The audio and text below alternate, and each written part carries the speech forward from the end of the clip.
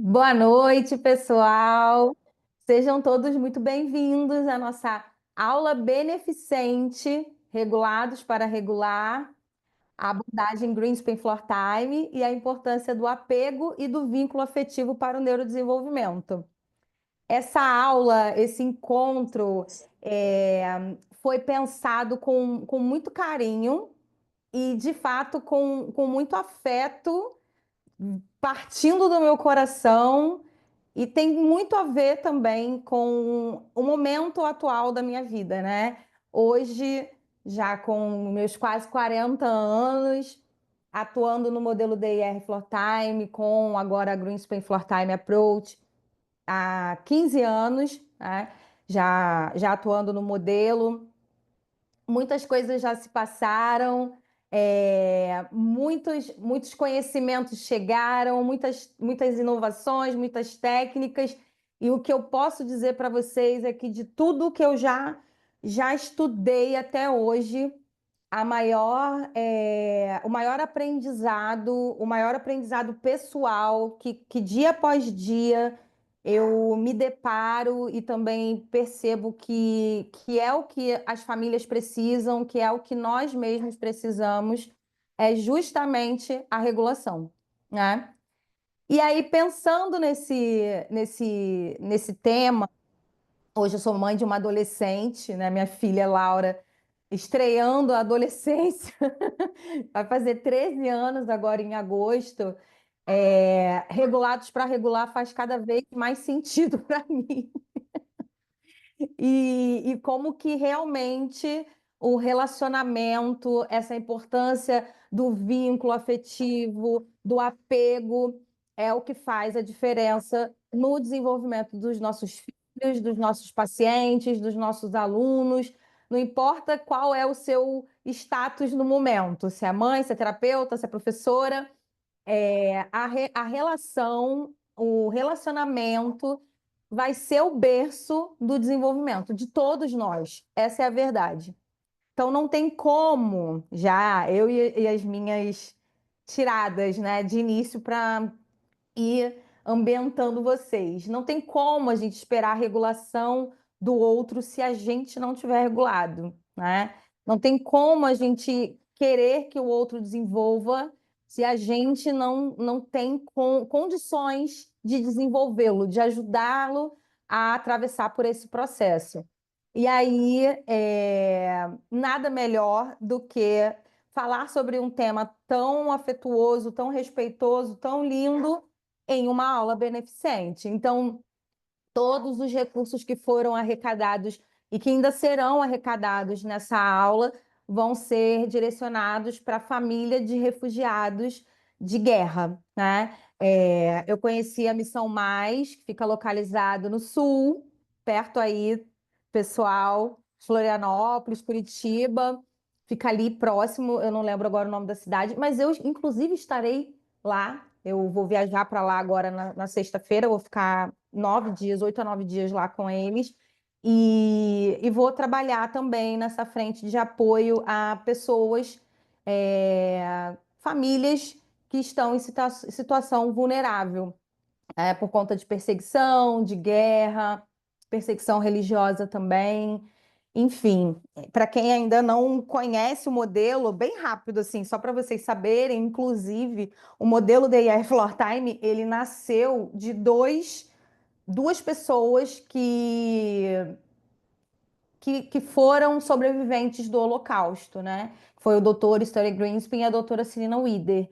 Então, tem tudo a ver DIR Floor Time, acessibilidade, com justamente um povo que demanda esse cuidado, essas famílias que precisam desse apoio, tá?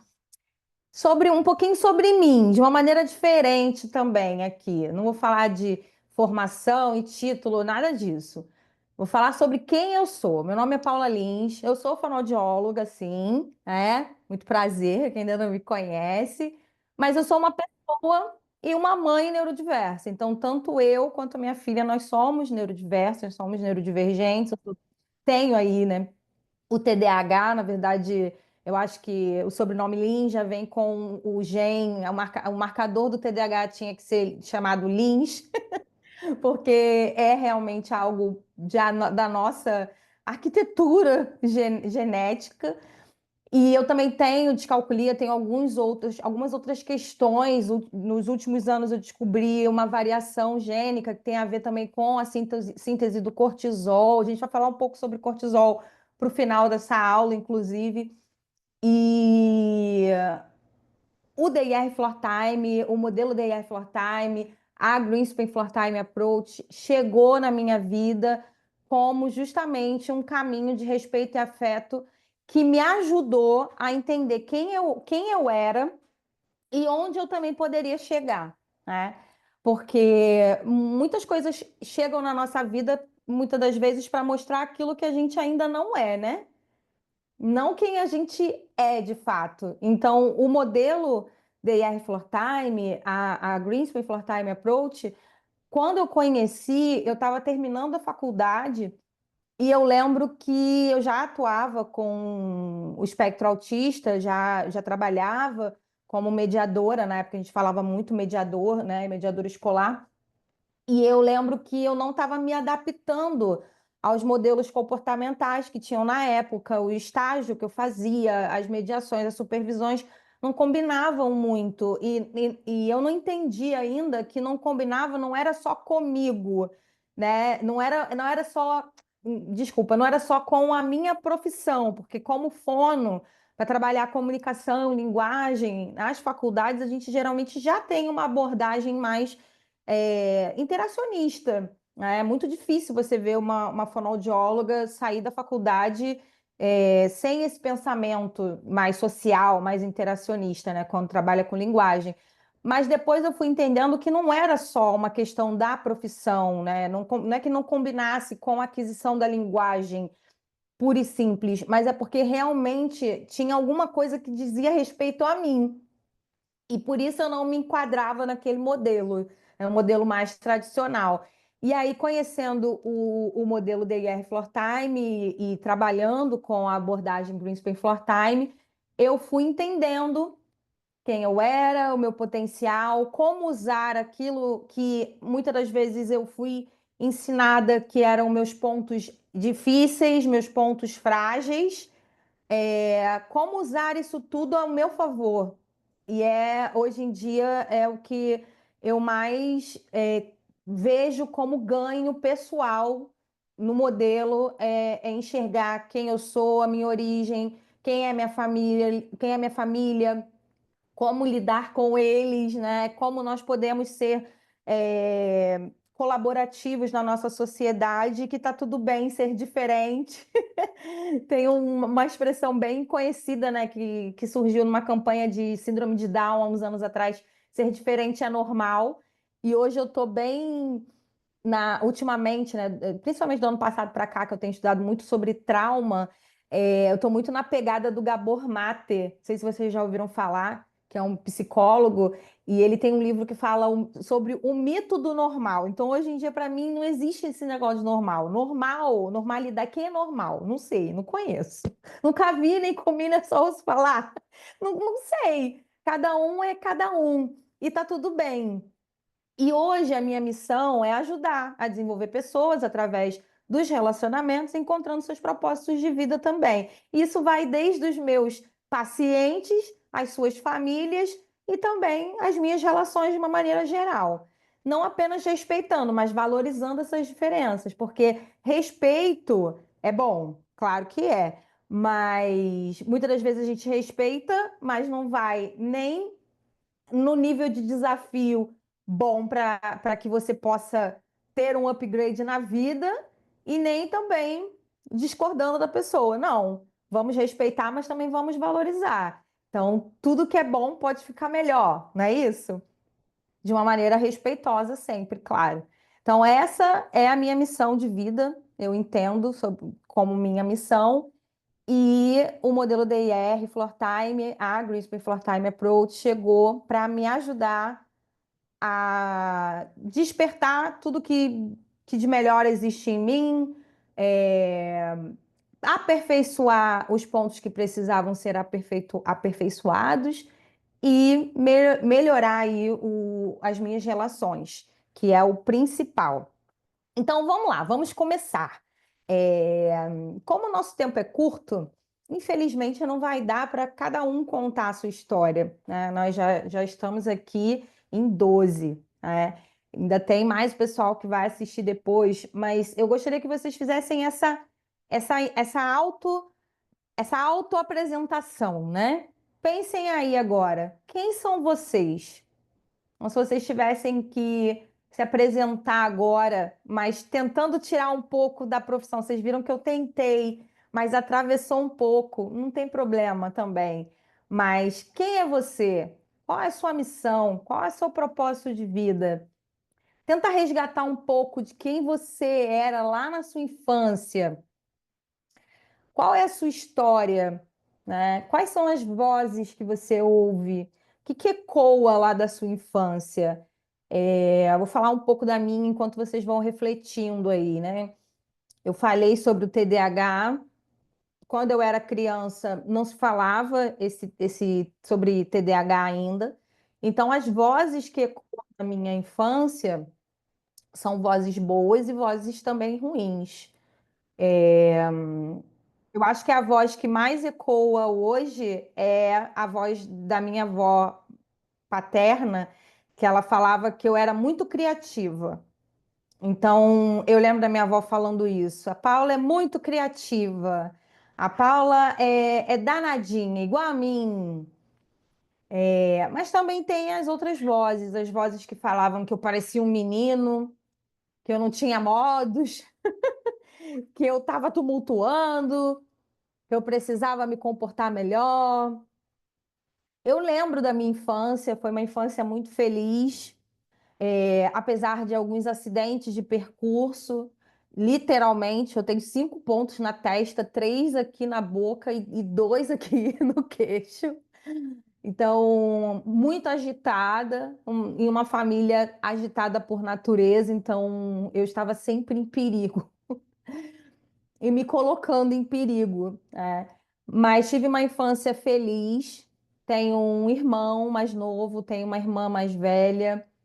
Tivemos momentos muito felizes juntos, tivemos momentos também difíceis juntos, cada um na sua época de vida. Eu e meu irmão, inclusive, amanhã ele está fazendo aniversário e a gente fica quase um mês, não, um mês e pouco com a mesma idade, olha só. Então a gente é quase gêmeo.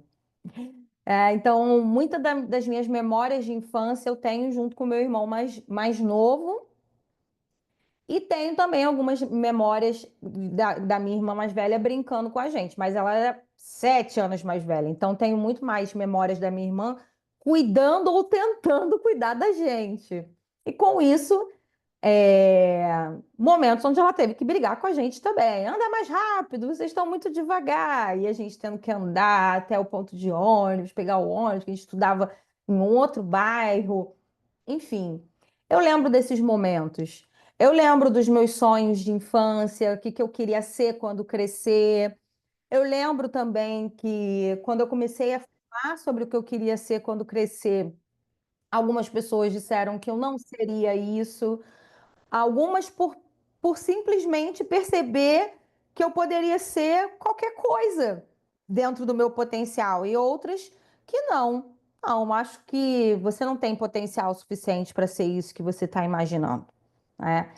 Mas eu me lembro das vozes, e eu queria que você parasse para pensar agora, né? Quais são as vozes que ecoam da sua infância e para onde essas vozes te levam ainda, né? Não somente para onde elas te levaram, porque hoje essas vozes me trouxeram a muitos lugares, né? Já estive num lugar mais de ansiedade, de medo, de dor, de alegria também, de tristeza, de rejeição, de abandono. E eu queria principalmente que vocês pensassem em como o corpo de vocês se sente com essas vozes, antes mesmo de vir uma lembrança na cabeça de vocês. Antes mesmo de eu ter falado a palavra alegria, tristeza. Conforme eu fui falando aqui sobre quem é você, se apresente, lembra da sua infância, como foi sua infância, o que que você sentiu no seu corpo? Você sentiu o coração disparar? Você sentiu calma? Você sentiu nostalgia, saudade? O que que você sentiu? Que tipo de sensação que chega junto dessas memórias? Felicidade, alegria, animação, preocupação, tristeza, tédio. Eu já fiz alguns treinamentos de equipe, né, sem dar spoilers, né, da imersão, mas tem um momento no treinamento de imersão que a gente faz que a gente revisita a infância, né? Pensa com mais tempo sobre isso. Quando eu dou treinamento para os pais também, a gente faz esse exercício. E nesses últimos, vamos botar, de 2020 para cá, 5 anos, eu já ouvi muitas pessoas que falaram que não conseguiram lembrar de nada, não conseguiam sentir nada. E se não sentir nada também é uma mensagem, né? Não sentir também é uma mensagem. Então, vão guardando essas informações, vão pensando, ou anota, ou vai guardando aqui nas janelinhas. Não fecha essa janelinha, não.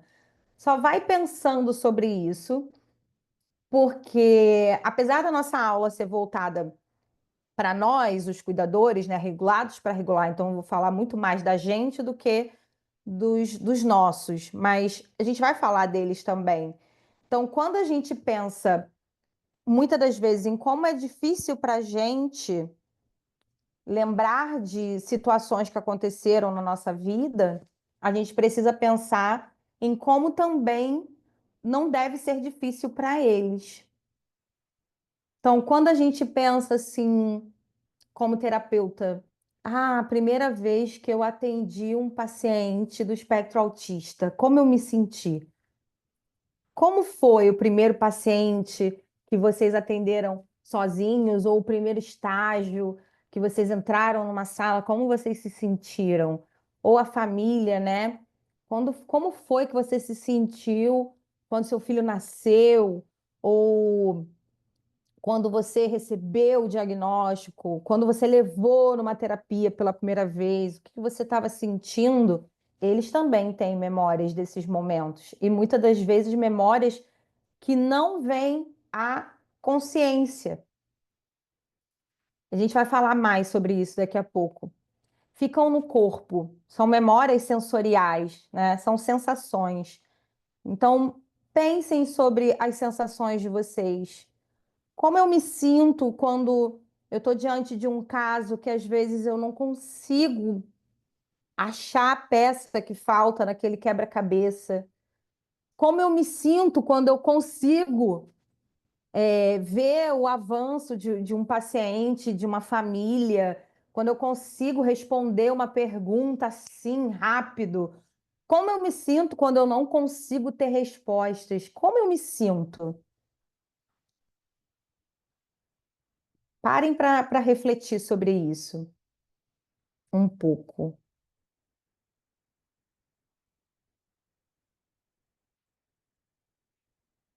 E aí, voltando para a gente,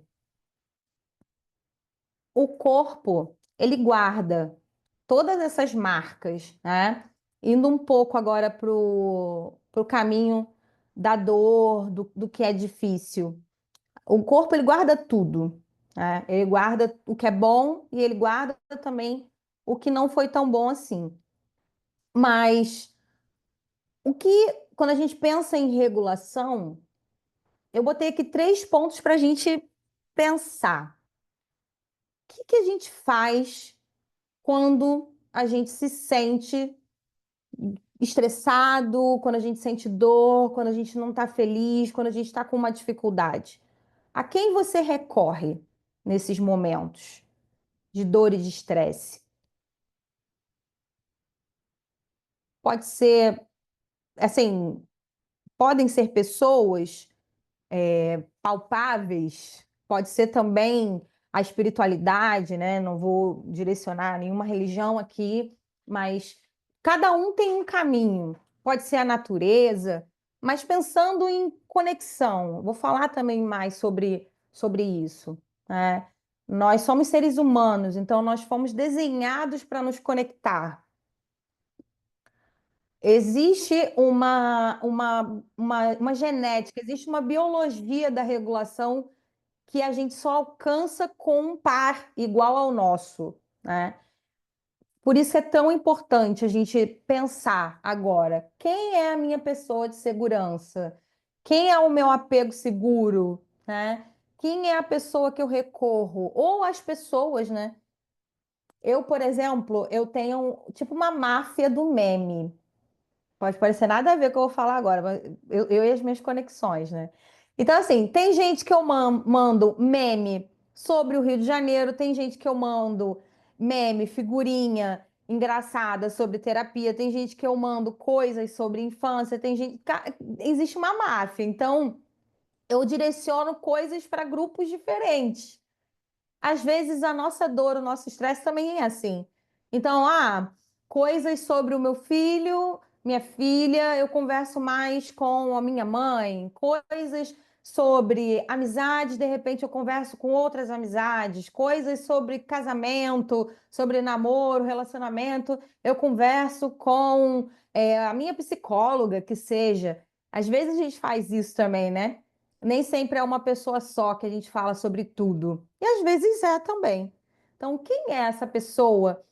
E o principal é você tentar pensar um pouquinho em como essa pessoa te ajuda a se acalmar e se sentir segura. O que que essa pessoa te fornece, te oferece? O que que ela consegue colaborar com você nesse momento? Às vezes é a escuta, às vezes é a presença, um toque físico.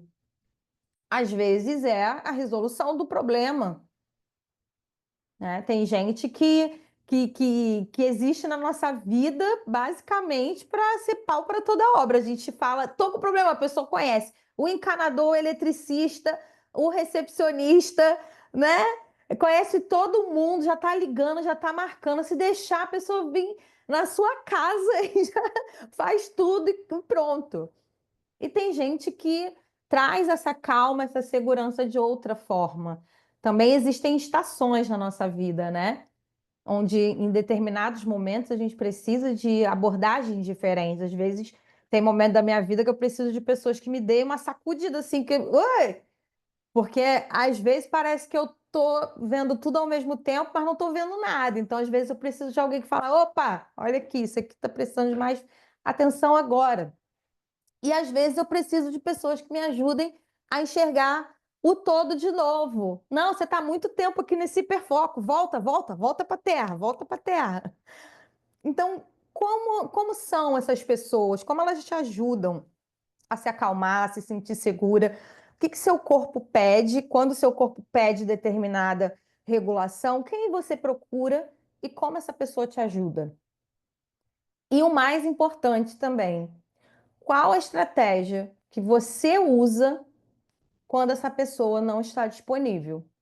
Sabe aquele momento que você precisa de uma ajuda e aí você liga para todo mundo, manda mensagem. Primeiro, eu não ligo para ninguém.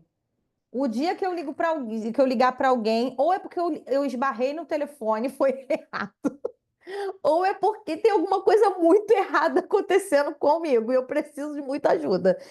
E a mesma coisa acontece comigo. É muito difícil alguém me ligar hoje em dia, porque sabem que é muito difícil atender telefone. Então, quando alguém me liga e eu vejo assim, meu Deus, fulano me ligou, eu já acho também que está acontecendo uma coisa assim, fora do normal, exceto minha mãe. Minha mãe, ela pode ir de coisas muito graves a coisas muito banais, como, por exemplo, você viu que eu Troquei a cortina, coisa que eu não vou perceber. Inclusive, se ela falar, você viu que eu tirei a cortina para lavar? Tipo, eu sou capaz de passar pela cortina e não ver que essa cortina não está ali, inclusive. Mas a mãe vai de uma coisa muito séria a uma coisa muito, muito simples que ela poderia falar comigo no momento que eu estivesse em casa. Mas ok. Como que você se autorregula, né? Colocando nomes agora. Tudo isso é importante a gente pensar, porque essas estratégias que a gente conhece, naturalmente são as estratégias que a gente também ensina para os nossos, né? Os nossos filhos, os nossos sobrinhos, os nossos pacientes, as pessoas que estão ao nosso redor, elas vão, principalmente os pequenos, né? Os adolescentes, as crianças, elas vão aprender a lidar com os desafios da vida de acordo com como a gente lida com os desafios também. Então, como que você lida quando você está atrasada para chegar em determinado lugar?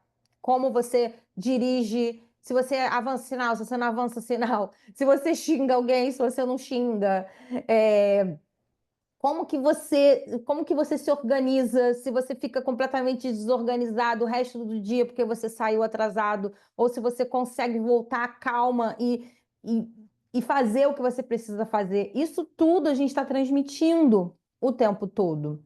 Então, existe aí alguns pontos já falados, que eu vou aprofundar melhor daqui a pouco, mas que a gente precisa pensar que no desenvolvimento ninguém nasce autorregulado, que é o caso aqui. Então, antes de perguntar para vocês como vocês se acalmam, eu perguntei a quem vocês recorrem, que é o que o bebê faz. No primeiro momento, inclusive, ele faz isso de uma maneira automática. A gente vai falar também um pouquinho melhor daqui a pouco. Mas no primeiro momento é um reflexo de sobrevivência desse bebê.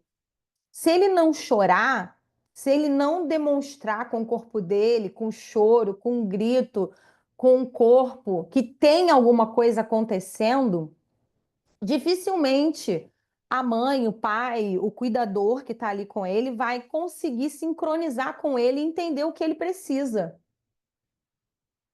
Então, é motivo de sobrevivência a gente expressar as nossas necessidades. E olha que coisa doida. A gente aprende, depois de determinado momento da nossa vida, já pequenininhos, a não expressar as nossas necessidades.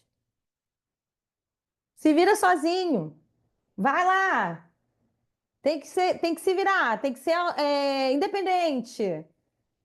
O Dr. Jake Greenspan, né, o filho do Dr. Stanley Greenspan, criador do DR Floor Time, ele tem um artigo lá na página da Greenspan Floor Time que ele fala sobre a interdependência, que na realidade essa independência que a gente ouviu a vida inteira, ela é utópica. A gente não é independente. A gente não nasceu para ser independente. A gente nasceu para ser interdependente. Nós precisamos uns dos outros. Não tem como. Existem várias pesquisas, inclusive, que mostram que nós, os seres humanos, nós somos os filhotes que mais demoram a amadurecer completamente do reino animal. Nós precisamos do outro muito mais tempo.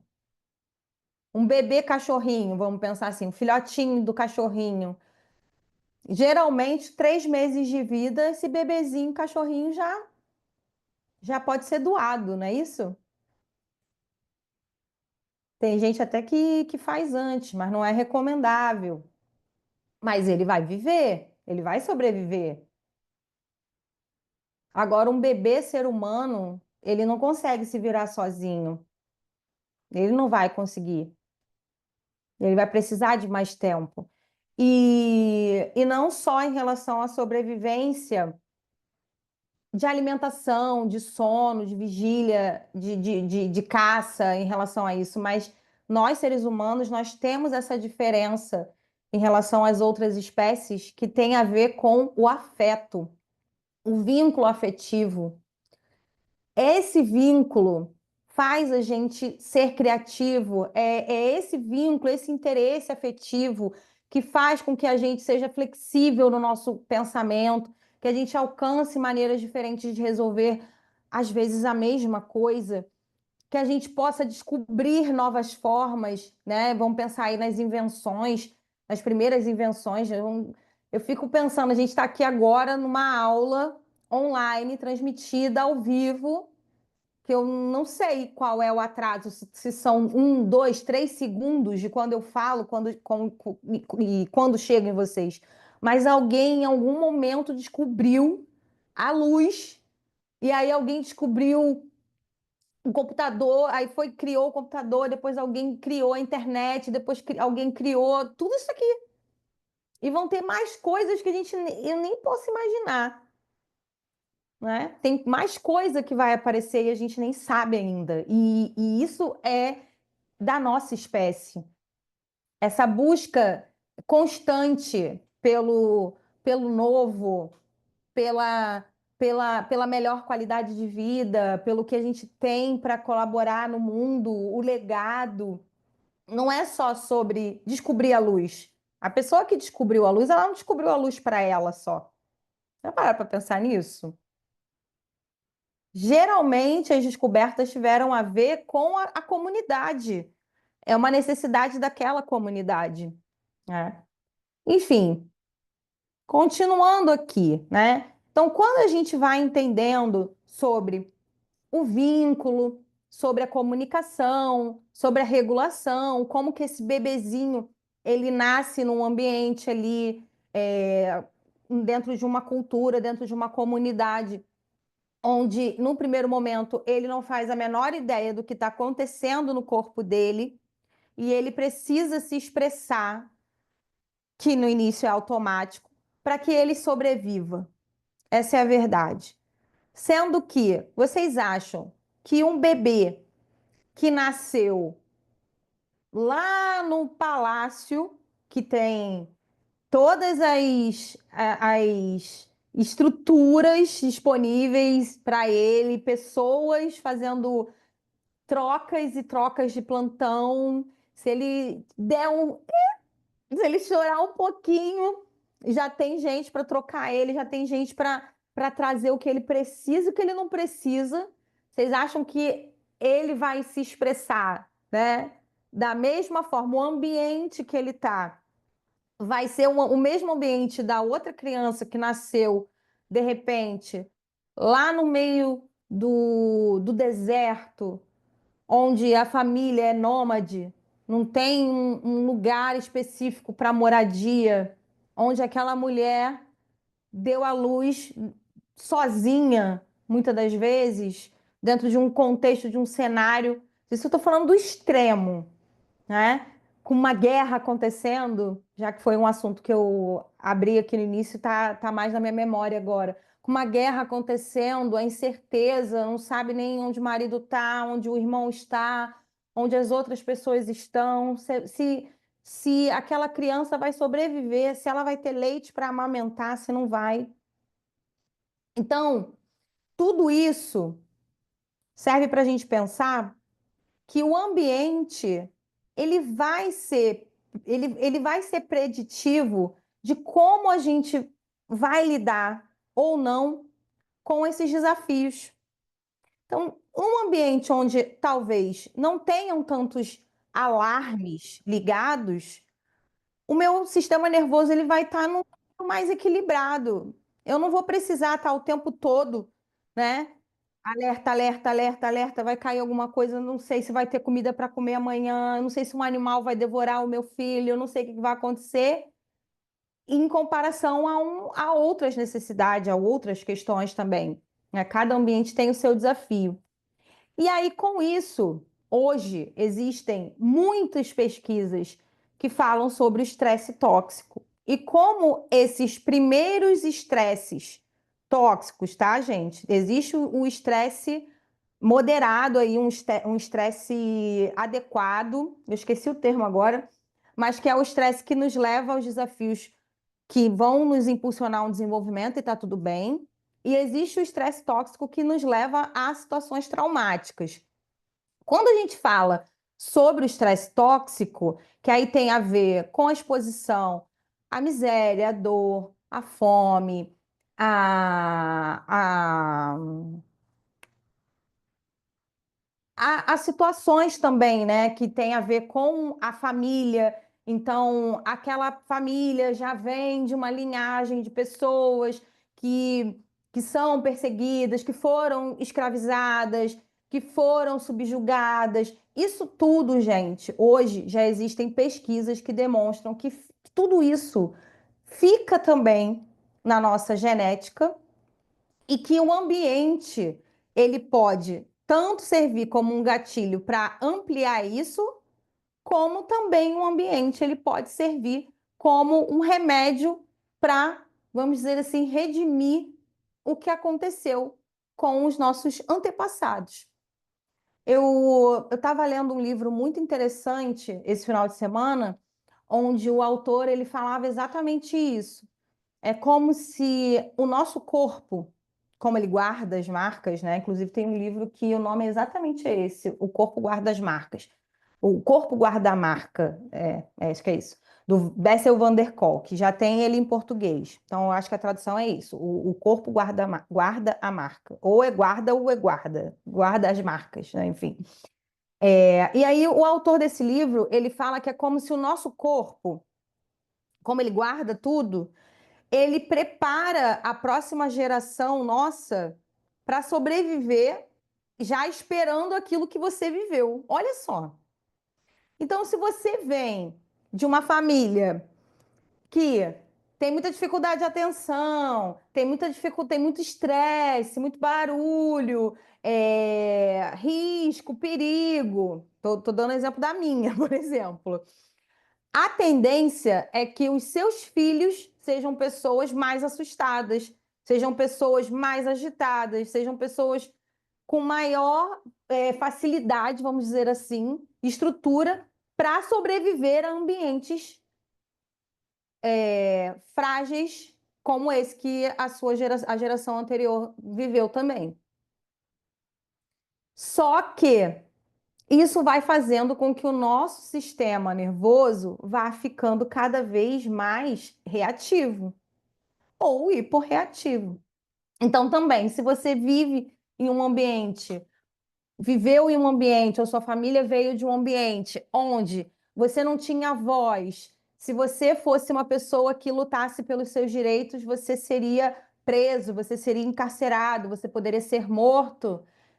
As outras pessoas também, os filhos, os netos que viriam daquela geração, seriam pessoas com maiores tendências ao congelamento. Esse foi um dos estudos feito, por exemplo, com os judeus, né? O pessoal que sobreviveu ao Holocausto. Então, pessoas que vêm de linhagens onde o estresse foi tóxico para aquelas pessoas e as gerações futuras nasceram com variações genéticas, expressões gênicas que demonstram a mudança, o que foi acontecendo. Não é à toa que a gente vê o nosso mundo cada vez mais com mais diagnósticos, né? Onde se reflete de diversas formas. Como eu já disse, tem o Gabor Mate que fala sobre o mito do normal, não é à toa. Então, o que é ser normal? Ser normal é o quê? Estou dentro de uma média da população. A população como um todo, a cultura onde eu estou, dentro dessa cultura, por isso que pesquisa é tão complexo. Dentro dessa cultura que eu estou, as pessoas costumam ter esse comportamento ou não? Qual é a história de vida passada dessas pessoas? Qual é a condição de vida que elas têm de agora para frente? O que mudou para essa pessoa X ter tido essa resposta e essa Y não ter tido a mesma resposta? Inclusive, até mesmo estudo com gêmeos, onde você vê as mesmas pessoas nasceram no mesmo ambiente, tiveram os mesmos recursos, os mesmos pais, as mesmas condições, e um se desenvolve de um jeito, outro se desenvolve de outro.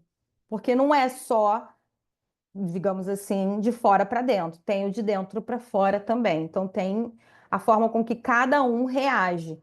E isso é muito importante da gente ter em mente, Porque tudo vai nos levando a compreender que existe uma individualidade que precisa ser respeitada, lógico, óbvio.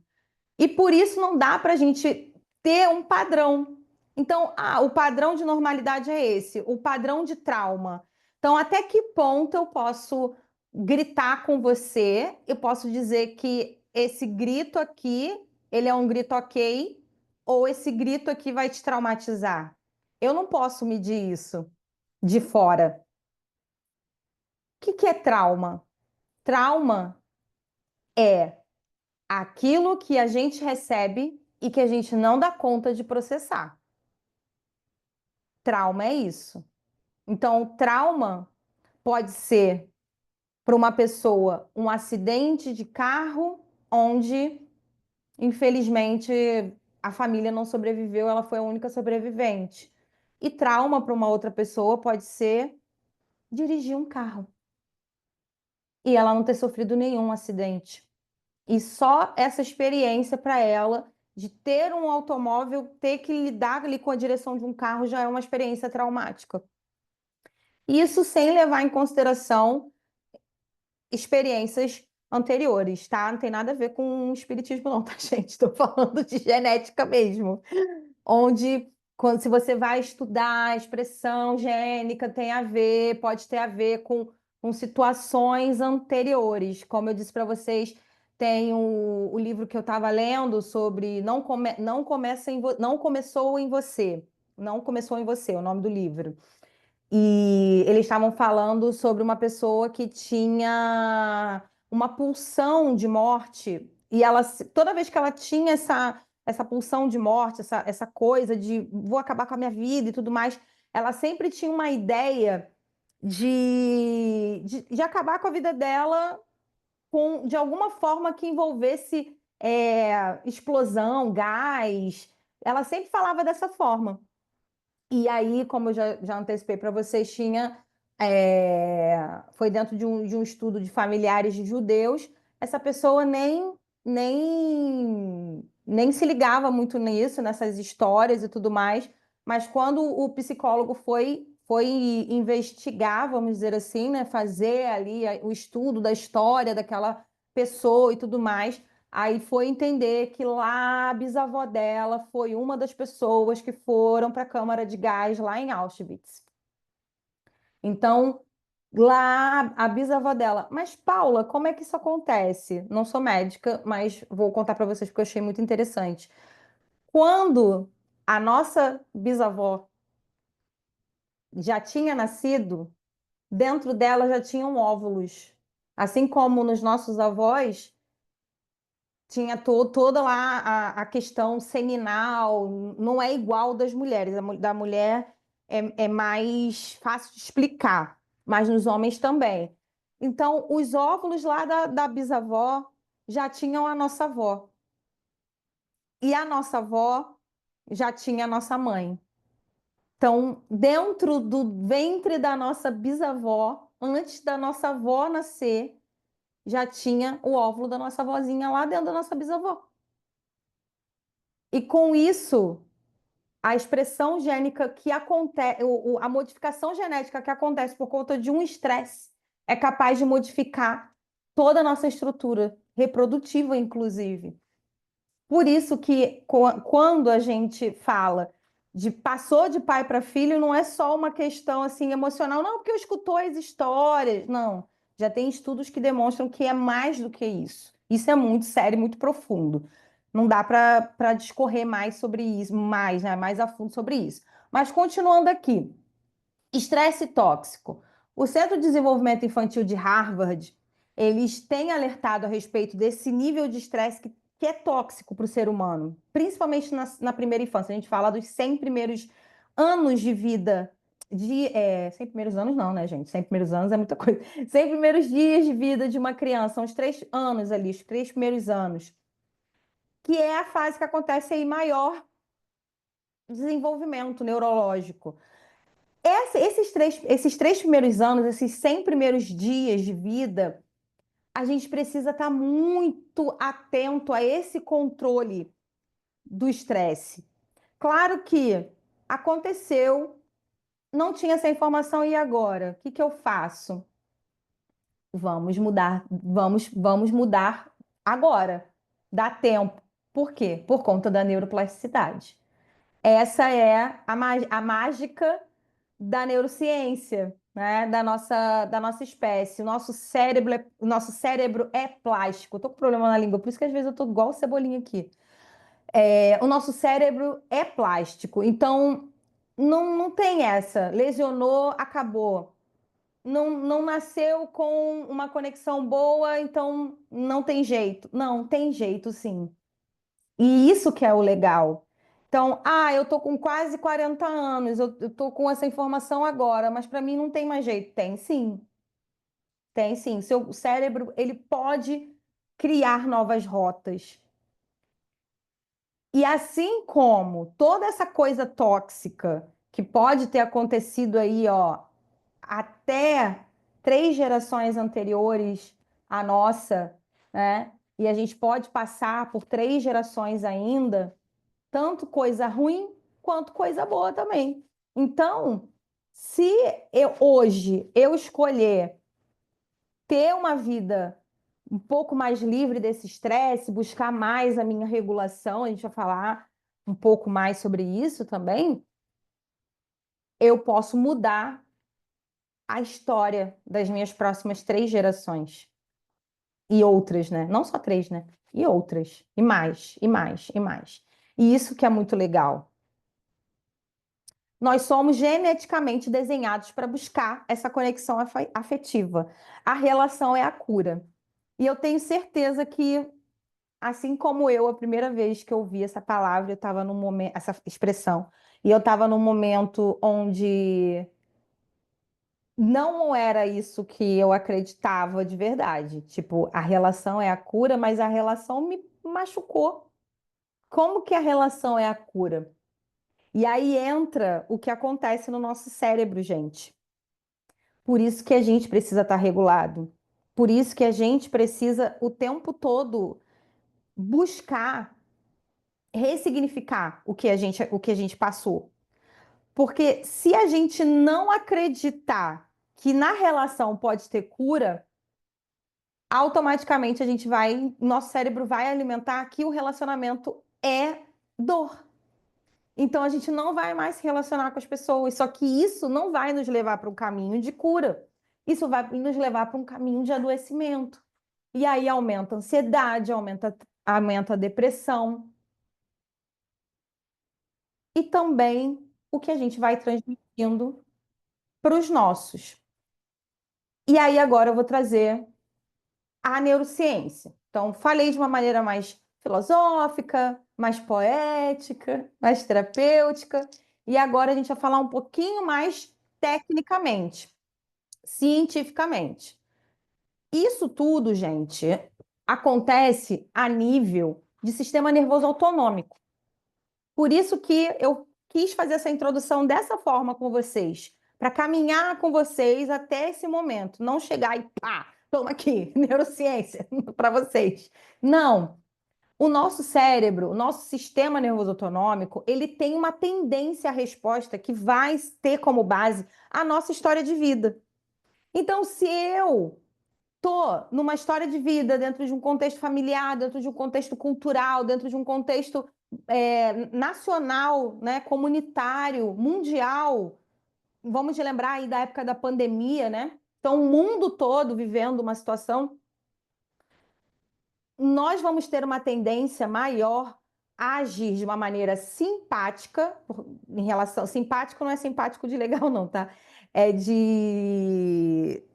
do sistema nervoso autonômico da via simpática, que tem a ver com as respostas de luta ou fuga.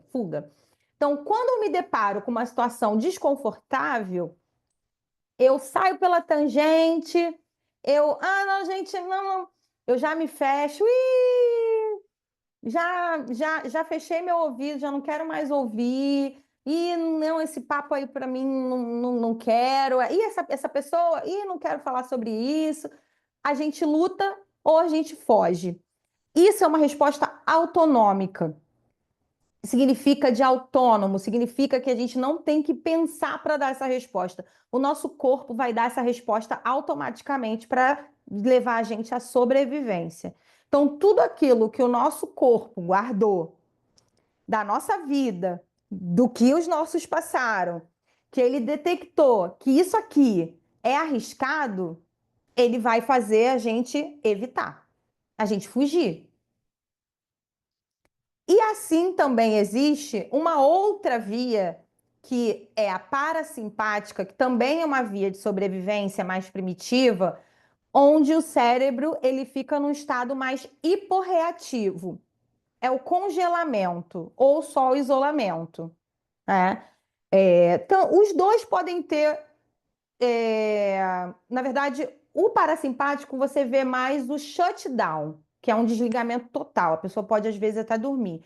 Eu vivi uma fase assim, tem a ver com cortisol, os dois. O parasimpático, não sei se já aconteceu com vocês, você tá ali numa adrenalina, num estresse, no estresse, no estresse, no estresse, e daqui a pouco você dorme. Já aconteceu isso com vocês? Alguém já viveu isso? Eu vivi. Eu já vivi isso. Porque também existe, gente, uma coisa que o nosso corpo faz que se chama freio vagal.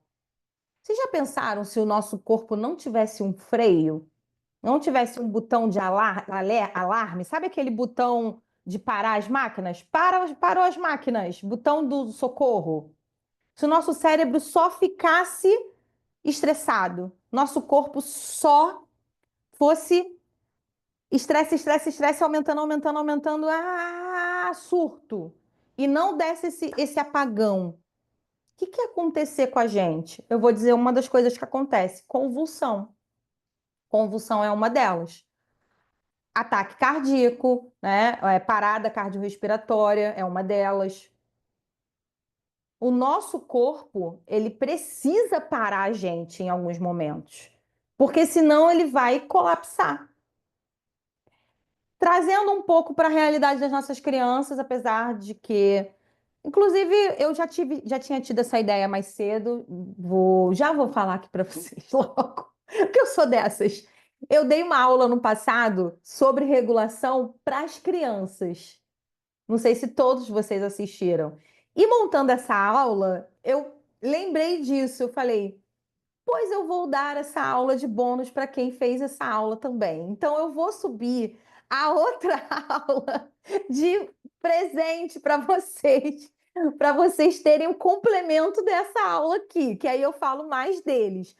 Mas assim, abrindo um parênteses rapidinho, pensando nos nossos pacientes, nos nossos alunos, né, nossos filhos e tal, aquela criança que às vezes está na nossa sala, está na escola e está ali, está nervosa e está chateada, e de repente ela deita e dorme. Você fala assim, ué, nossa, ele ficou, como é que ele relaxou? Não, ele apagou. Isso, o nome disso é shutdown.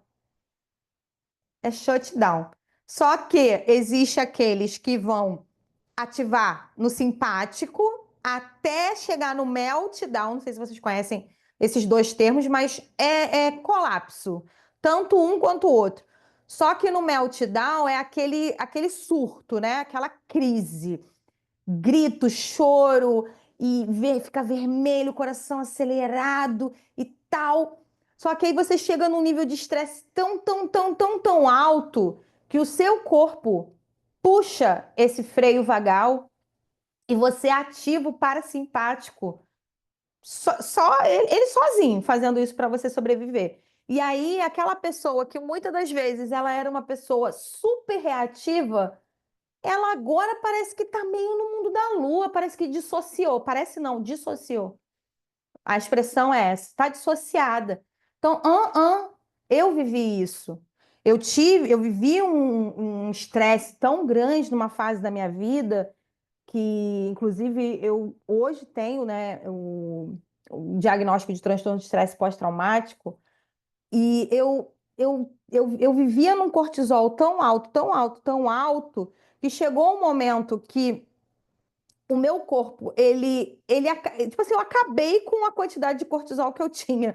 Então, a minha adrenal entrou em falência adrenal e eu entrei no parasimpático sem eu querer. Então, parecia que era outra pessoa. Tipo, quem é essa pessoa? Eu não sei ser essa pessoa aqui.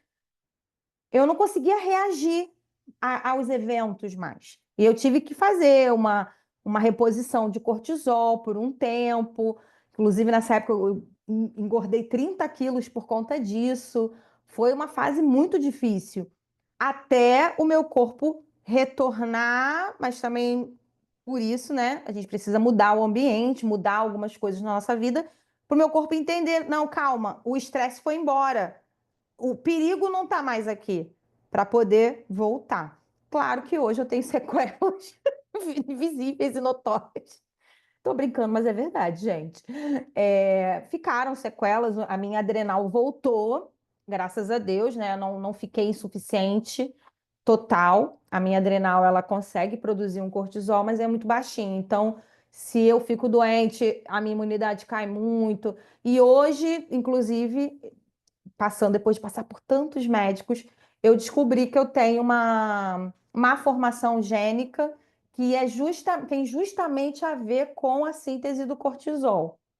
Então, a minha história de TDAH, a minha história familiar, tudo isso tem a ver com o que aconteceu na minha genética. Olha que interessante. Claro que se eu tivesse tido um outro ambiente, de repente minha mãe tivesse tido outras oportunidades na vida, pode ser que eu não tivesse chegado a esse extremo, porque o ambiente poderia ter sido mais favorável para o meu desenvolvimento, né? Meu estilo de vida, meu trabalho, eu poderia não ter chegado nesse extremo, mas no meu caso eu vivi esse extremo, mas o meu corpo conseguiu se regenerar como uma fênix e hoje a gente vive de uma forma mais segura.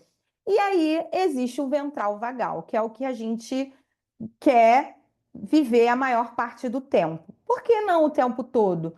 Porque existem desafios na vida, gente. Eu não vou enganar vocês e dizer que não existem desafios, que tudo vai ser perfeito. Não. Inclusive, são os desafios que nos movem. Essa, inclusive, é uma das grandes diferenças quando você vai assistir às aulas com o Dr. Jake Greenspan e assistir às aulas originais do Dr. Stanley Greenspan, porque ele fala disso o tempo todo. O quanto que a gente precisa desafiá-los dentro de um nível ideal para que eles possam desenvolver, alcançar o seu máximo de potencial. Existe um livro dele que se chama Great Kids. Então ele fala serem crianças ótimas, ótimas no sentido de great, não é no sentido de boazinha, é no sentido de ótima. Então eu tenho desenvolvimento saudável, eu consigo ser autônomo, eu consigo ter interdependência, eu consigo alcançar os meus sonhos. Mas se eu tiver que entrar numa luta e fuga, porque estão assaltando aqui na esquina, o meu corpo tem que entrar nesse modo. Se também não for seguro que eu fuja e que eu precise, ó, ficar quietinho para minha segurança, meu corpo tem que ter essa trava, porque isso também vai nos ajudar a mover e parar quando necessário. E não preciso nem dizer, já falei meus exemplos, né? E vocês pensem em vocês, quantas das vezes na vida a gente não sabe a hora nem de parar e nem de avançar. E muitas das vezes isso foi ensinado para gente, não por mal, né? Meu papel aqui não é falar que nossos pais são os vilões, pelo contrário, porque senão eu sou a maior vilã da vida da minha filha. Não é esse o objetivo, é da gente pensar o quanto que realmente existe uma participação direta de como a gente se comporta e como a gente lida com os desafios, e a gente vai transferindo isso mesmo. Mesmo que hoje você seja um terapeuta, um professor que não tem filhos, mas você tem alunos, você tem outras pessoas na sua vida que você está transmitindo o tempo todo modelos, né? Então, o ventral vagal é ali o cérebro seguro. E quando o nosso cérebro está em segurança, aí sim ele está aberto para engajar socialmente e aprender novas coisas. Não tem aprendizado, não rola aprendizado na ativação simpática e no congelamento parasimpático. O nosso corpo fica em modo sobrevivência quando a gente está nos outros funcionamentos, tá? Resgatando os termos que eu quase introduzi lá atrás, mas agora fechando isso melhor com vocês, hoje em dia é muito mais fácil você ouvir falar da autorregulação, né? Ah, a criança tem que se autorregular, a criança tem que se autorregular. Eu até no início da aula falei isso, né? A gente começa a andar e a gente ouve muito isso. Você tem que se virar sozinho. Não, você tem que fazer sozinho. Você tem que conseguir se acalmar. Você tem que se regular. Você tem que se organizar. No início da aula, antes de gravar, a gente estava conversando aqui. A Simara até falou, né? Se organize, se organize. Sendo que essa é a última etapa. A autorregulação é a última etapa. A primeira etapa, gente, muitas pessoas acham que é a corregulação e não é. Existe uma anterior, que é a contrarregulação. A corregulação é quando eu consigo, junto com a outra pessoa, ressoar no mesmo estado emocional. Então, quando eu estou conseguindo aqui, junto com a minha filha, estamos corregulando uma outra, significa que eu estou calma e que ela também está calma. A contrarregulação é o contrário.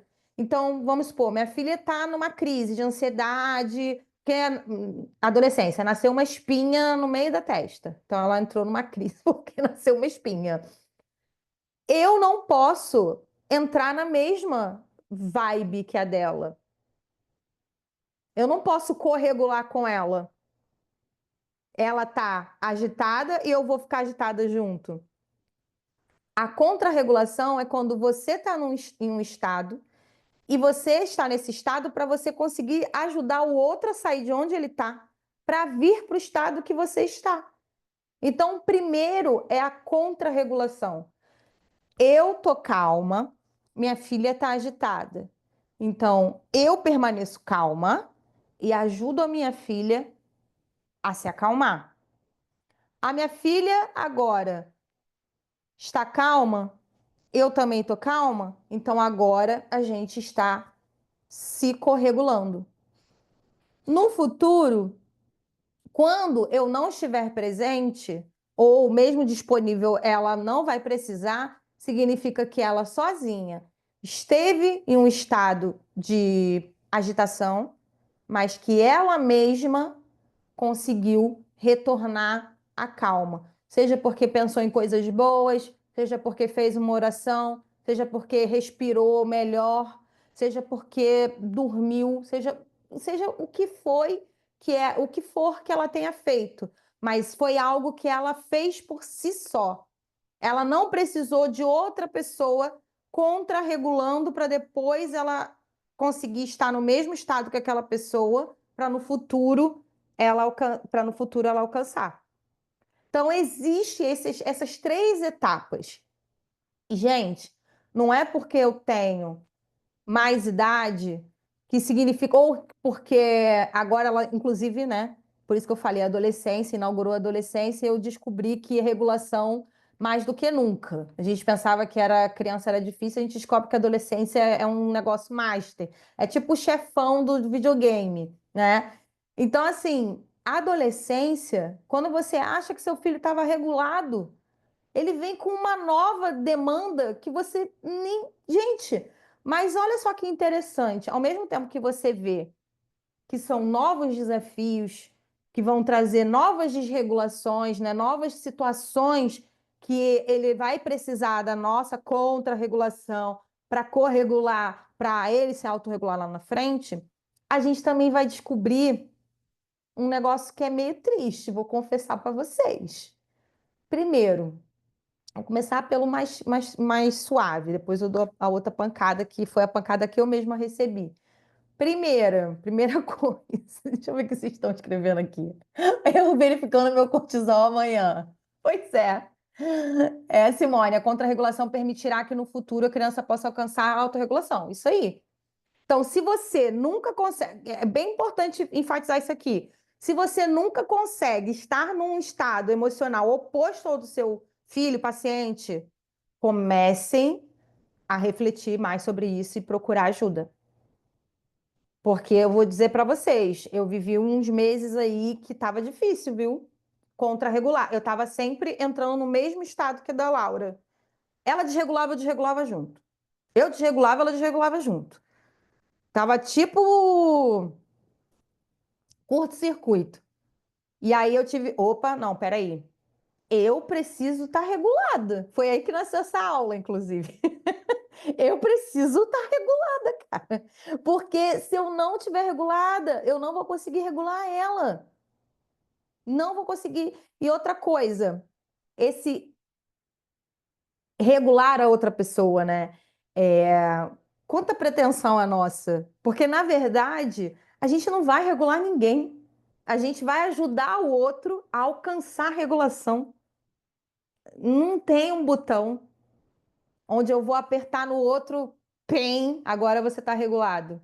Tipo, fui lá, apertei o parafuso que estava solto e regulei. Não, porque é como o outro sente. Olha aí, ó. Um adolescente de 17 anos. Meu Deus, e um bebê de 1 ano e 5 meses. Vontade de correr sem parar. Ela tá na ativação simpática, ela tem vontade de correr. Vontade de correr, ela tá na ativação simpática. Se medir o cortisol dela nesse momento, provavelmente ele tá alto. Mas é por aí. Então, quando a gente entende que existe um ciclo e que na adolescência, inclusive, a gente descobre duas coisas que eu falei, uma delas, tudo que você semeou na infância vai servir de bônus ou ônus na adolescência. Então, se você ajudou a sua criança a se regular, trouxe estratégias para ela, ajudou ela a encontrar essas estratégias, desafiou ela dentro de um nível ótimo, com as frustrações adequadas, para ela ser resoluta na adolescência, ela vai ser mais flexível, ela vai conseguir lidar com os desafios de uma maneira mais saudável. Se na infância você super protegeu, não deixou a criança atravessar os desafios que precisava, não ajudou ela a encontrar outras formas de resolver problema, botou ela numa redoma de vidro do Palácio de Buckingham, vai chegar na adolescência, ela vai ter muita dificuldade de se regular frente aos desafios. Muita dificuldade. E aí tem uma segunda coisa que eu descobri que doeu, confesso, mas me libertou também. Na adolescência, nossos adolescentes, eles vão refletir, estão preparados? As dores do nosso adolescente também. Quantos aqui já não ouviram falar da criança interior? Quem já participou de imersão na Interagindo foi trabalhado comigo sobre isso. A sua criança interior, aquela criança cheia de sonhos, a criança sombra, a criança luz, a criança sol. Que lindo! Vamos cuidar da criança interior. E o adolescente interior? Quem era você, adolescente?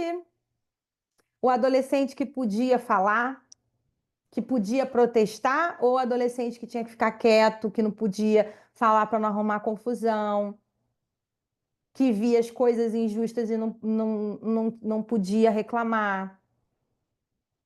Porque quando você se depara com aquilo que é uma ferida em você, é gatilho, gente. Na hora você revive na hora, o corpo guarda a marca. Aí você está reagindo de uma coisa que você nem entende. Você nem entende de onde veio aquilo.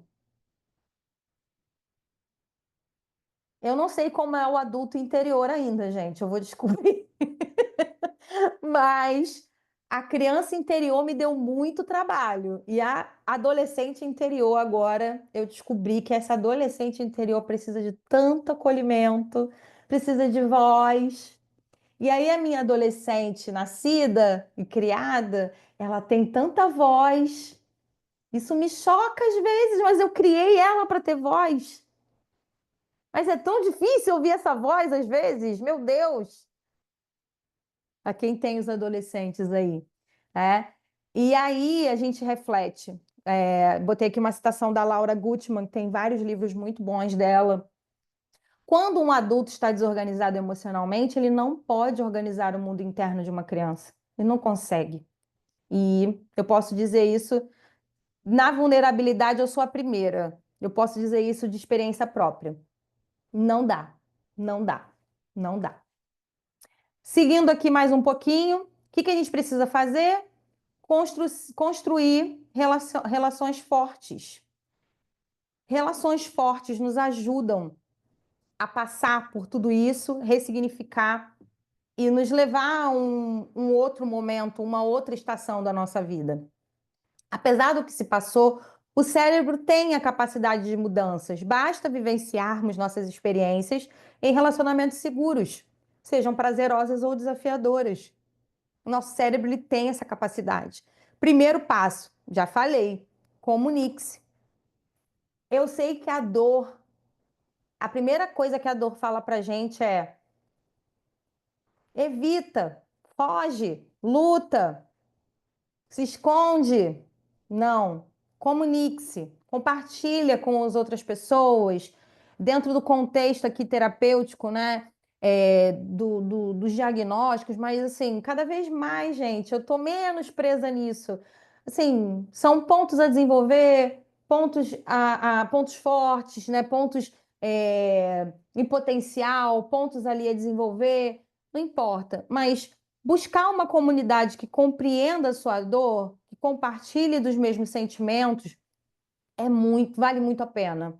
Vale muito a pena. Mas também não descarte transitar em outras comunidades, porque o diferente também complementa a gente. Não é que vai completar, complementa. Então, também transitar em outras comunidades ajuda a gente a dar uma respirada e ver por novas perspectivas também. Ajuda a gente a entender melhor sobre a vida, em outros panoramas, né? O tempo de qualidade, gente, isso aqui para mim, eu confesso para vocês que é difícil. Eu sempre fui muito comunicativa, mas vivi uma fase que eu não estava conseguindo, mas o tempo de qualidade, dedique-se. Dedique um tempo para fazer coisas que você gosta e te faça bem. Eu falei dos memes. Meme para mim é sagrado. Ah, mas tempo de tela, não sei o quê. Tá bom, eu sei que não é a coisa mais saudável, mas é sagrado. Porque é o meu tempo de rir, de dar risada, de coisa besta, de coisa que não matéria, que não é estudo, que não é, sabe? É só mente vazia. Tá tudo bem, um momento só para aliviar a tensão do dia a dia, rir, caminhar na praia, caminhar onde vocês estiverem disponível, ter contato com a natureza. Nossa, como o contato com a natureza me faz bem. Eu achava que eu era uma pessoa urbana, porque eu sempre fui muito agitada. Então, eu achava que eu nasci para cidade, para shopping, para cidade, para barulho, e eu descobri que eu não sou uma pessoa que funciona bem nesses ambientes. Eu sou uma pessoa que funciona bem na natureza. Eu sou essa pessoa. Eu fico bem, eu fico regulada, eu consigo pensar mais, ser mais criativa. Eu não fico num estado de alerta, de estresse constante quando eu tô. Quando, não, como, quando eu estou em ambientes muito agitados.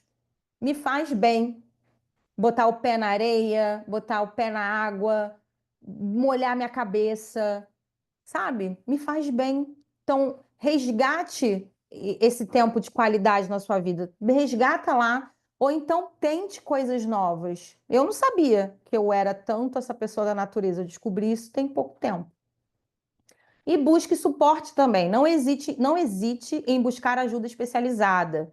Seja e tenha uma rede de apoio funcional. Então, assim, é muito importante a gente também pensar nas outras pessoas que estão ao nosso redor. Confesso para vocês que esse foi o start para minha jornada de cura, assim, de entender que eu realmente precisava ficar bem. E tá tudo bem. Mas esse foi o meu start. Eu preciso estar bem para quem eu amo. Hoje eu entendo que eu preciso estar bem para mim mesmo. E também vou estar bem para quem eu amo. Mas o meu start foi, cara, como é que minha filha vai ficar se eu ficar desse jeito? Não dá. Eu tenho que melhorar. Eu preciso melhorar pela minha filha. Ok. Aí fui caminhando. Hoje, o meu tempo de qualidade não é mais por ela, é por mim mesma. E eu sei que quanto melhor eu fico para ela também. Neurônios que disparam juntos se conectam.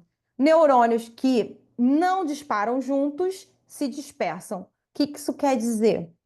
Quanto mais a gente tiver experiências conectadas, melhor, mais funcional vai ser o nosso aprendizado. E o dos nossos filhos, nossos pacientes, nossos alunos também.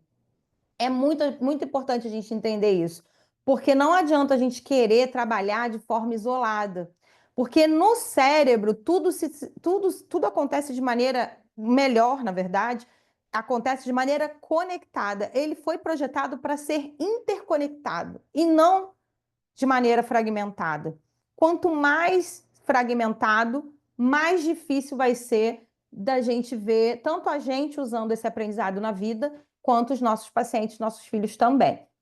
Não poderia, né, gente, ficar nesse papo filosófico. Eu sei que vocês estão vendo uma Paula diferente, para quem ainda não já tinha um tempo. Simone deve estar pensando, não é só ser Paula mesmo, sou eu. Mas Paula Lins também é ciência, gente. Não adianta. Eu sou essa pessoa e eu acho importante mostrar para vocês que tem base em tudo que eu falei aqui. Greenspan for Time, ciência. Gente, pesquisas mostraram um ambiente não verbal ou minimamente verbal pode ser prejudicial à criança em desenvolvimento. A voz materna, olha só, gente, eu achei tão lindo quando eu vi isso aqui. A voz materna, ela amplia as capacidades de desenvolvimento, aumenta a regulação e dá base para a autorregulação. Não ignore a comunicação do seu filho. A comunicação promove o desenvolvimento da linguagem e gera fala. Tem pesquisa aqui que eles fizeram com meninas que, que eram preparadas em esportes de alto impacto e que com isso elevava muito o cortisol, né? Então imagina, você vai fazer atletismo, você tem que dar aquela corrida de 100 metros rasos. É o auge da ativação simpática, né, gente? Tá tipo correndo da manada de búfalo no safari africano, na savana. O que eles fizeram? Eles pegavam essas meninas que estavam ali competindo nessas situações e eles fizeram várias testagens. Ouvir a voz da mãe no telefone, receber um abraço. Gente, eu fico até arrepiada. O nível de cortisol descia na hora. Descia na hora. A ocitocina, que é o hormônio ali do conforto, do acolhimento. Olha que importante que é. E aí, não podia deixar de dar aqui o meu recado. Como que é importante a gente pensar na terapia mediada pelos pais? Esse negócio da criança e do adolescente ficar de 20 a 40 horas semanais em estimulação terapêutica, longe dos pais, o que isso significa? Menos tempo perto de quem? Dos pais.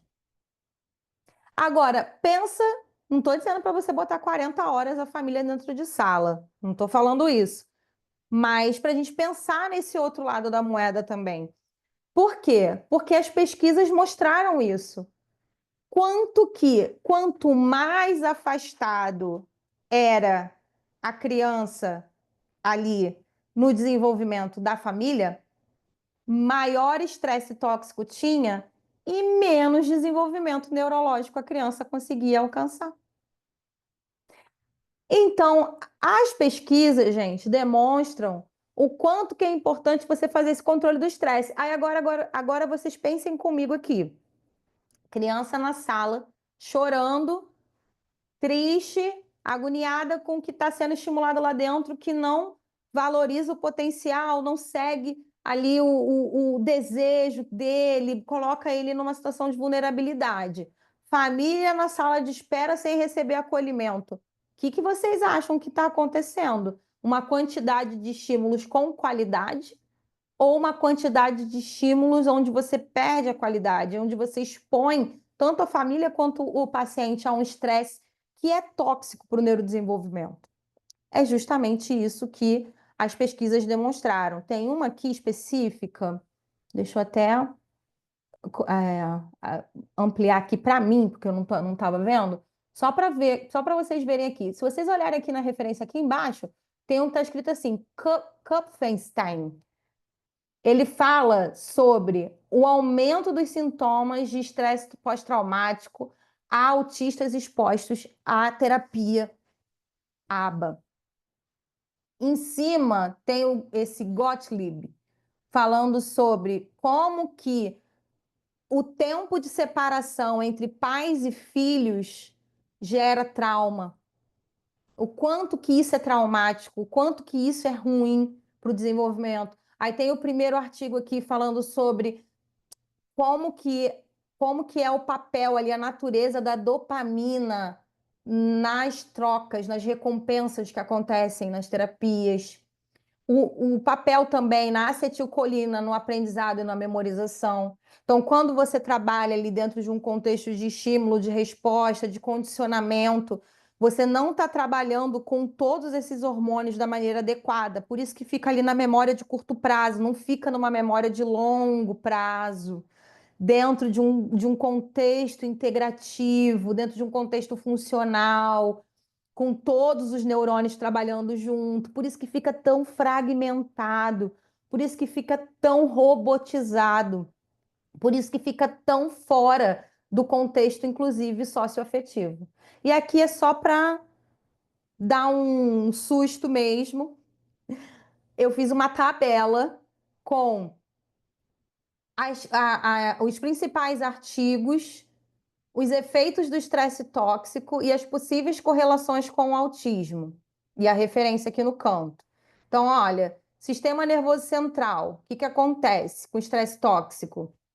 Redução do volume do hipocampo, hipocampo memória, córtex pré-frontal, comportamento, função executiva, intencionalidade. Com o estresse tóxico, autismo, o que acontece? Vamos ver mais déficits, minha língua não consegue alcançar. Em funções executivas, memória, regulação emocional. Eixo HPA tem a ver com o cortisol, tem a ver com testosterona, tem a ver com os hormônios, né? Ali, aquele eixo tem a ver com a glândula pituitária, tem a ver com toda essa questão aí de sono, vigília também. Você está ali também disponível, tem a ver com fadiga crônica. Então, às vezes, aquela criança que tem um tônus muito baixo, parece estar meio apática.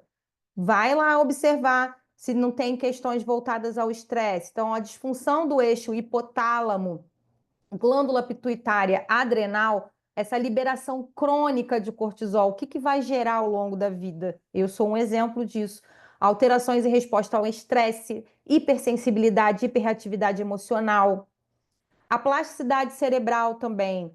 Quando a pessoa está muito exposta ao estresse, vai ter uma redução da neurogênese e a poda sináptica de forma inadequada. Ou seja, o cérebro vai ficar menos plástico do que deveria por conta do trauma, por conta do estresse.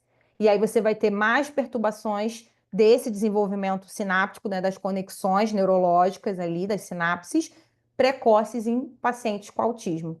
Sistema imunológico, ruim também. Ativação crônica da neuroinflamação e das citocinas.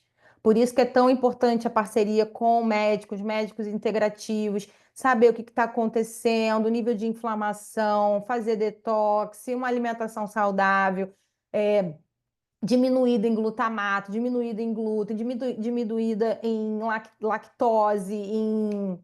Como é que é o nome mesmo da proteína do leite? Não é a lactose. Tem, né, lactase, tem uma outra que é até pior. Esqueci agora, me fugiu o nome. Mas a proteína do leite, não é só o açúcar do leite. Deixa eu ver se alguém lembrou aqui. Ó, caseína, isso aí, ó. Simone lembrou, Claudinha também. Caseína, Então, assim, isso tudo, gente, corante. Eu lembro que eu tinha muita alergia a corante quando eu era pequena também. Essas respostas alérgicas, né? Tem tudo a ver com o sistema imunológico. A inflamação também ali, perinatal, nos primeiros anos de vida, na época também ali da gestação, está mais associada ao risco de autismo.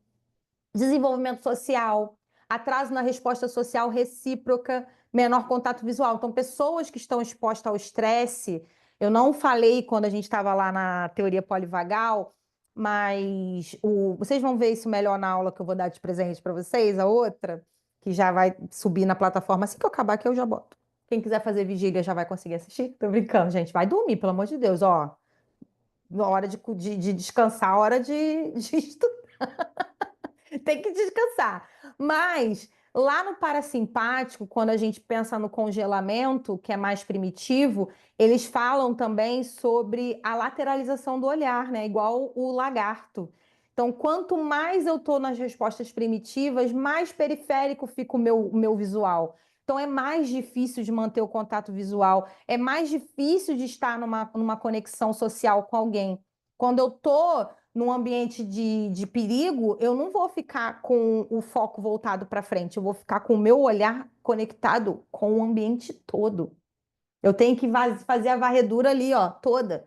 Por isso que eles ficam mais no periférico e não tanto na visão central. Tem a ver também. Regulação emocional. Então, essa hiperatividade da amígdala, não é a amígdala da garganta, não, é a amígdala lá no centro do cérebro, que é como se fosse o cão de guarda, ele fica vigiando tudo para ver se tem perigo ou não. A amígdala é o órgão justamente que vai desligar o córtex pré-frontal, vai tirar ali, para quem já viu divertidamente, a saída da alegria e da tristeza da torre de controle é o sequestro da amígdala, que dá aquele shutdown no cérebro e o cérebro fica rodando no automático com as respostas primitivas, da raiva, do nojo. É exatamente isso. Então, as respostas autonômicas, elas acabam acontecendo aqui quando a amígdala está hiperreativada. Por quê? O cérebro está detectando perigo onde já nem tem mais. E aí, maior ansiedade, maior reatividade sensorial, maiores dificuldades emocionais comuns também aí no autismo. Desenvolvimento da linguagem também vai ser prejudicado pelo estresse tóxico. Vão ter atrasos na aquisição da linguagem, empobrecimento da comunicação afetiva. Isso também vai intensificar déficit, pode intensificar déficits comunicativos no espectro autista. Então, quando a gente vai pensar em níveis de suporte no autismo, a comunicação social, ela é um dos fatores que a gente vai observar, né? O quanto que essa pessoa tem de linguagem, quanto que ela consegue organizar o ambiente dela, o quanto que ela consegue ser funcional ali, tem a ver com linguagem. Então, como que eu vou traçar um plano, como que eu vou organizar a minha vida se eu não tenho uma linguagem para organizar o meu pensamento, para organizar o meu comportamento? Vai ficar mais primitivo. Funções executivas, déficit de atenção, controle inibitório, memória de trabalho, são áreas frequentemente comprometidas no autismo. A epigenética, que eu citei para vocês bastante, né, sobre essa questão geracional e também o quanto o nosso ambiente hoje muda a nossa expressão gênica. Então, não é só o que passou, é o que está acontecendo agora também. Então, essas modificações na expressão genética via metilação e acetilação do DNA também podem interagir com predisposições genéticas ao autismo. Então, se eu já tenho uma base genética que não é boa, se eu estou exposto ao estresse tóxico, eu vou ter maior predisposição para desenvolver um autismo, né? E risco comportamental futuro também. Então, pessoas expostas ao estresse tóxico têm maior risco tanto de autismo quanto TDAH, ansiedade, depressão e agressividade na infância e também na adolescência. Então, o estresse tóxico também acontece aí como fator de risco ambiental para o autismo. E o que a gente precisa fazer, gente? Em primeiro lugar, cultivar o auto-amor. Você, eu, nós fizemos o melhor que pudemos com o que recebemos até agora. E assim também foi com os que vieram atrás, né? Que vieram antes da gente. Então, o que a gente vai fazer agora?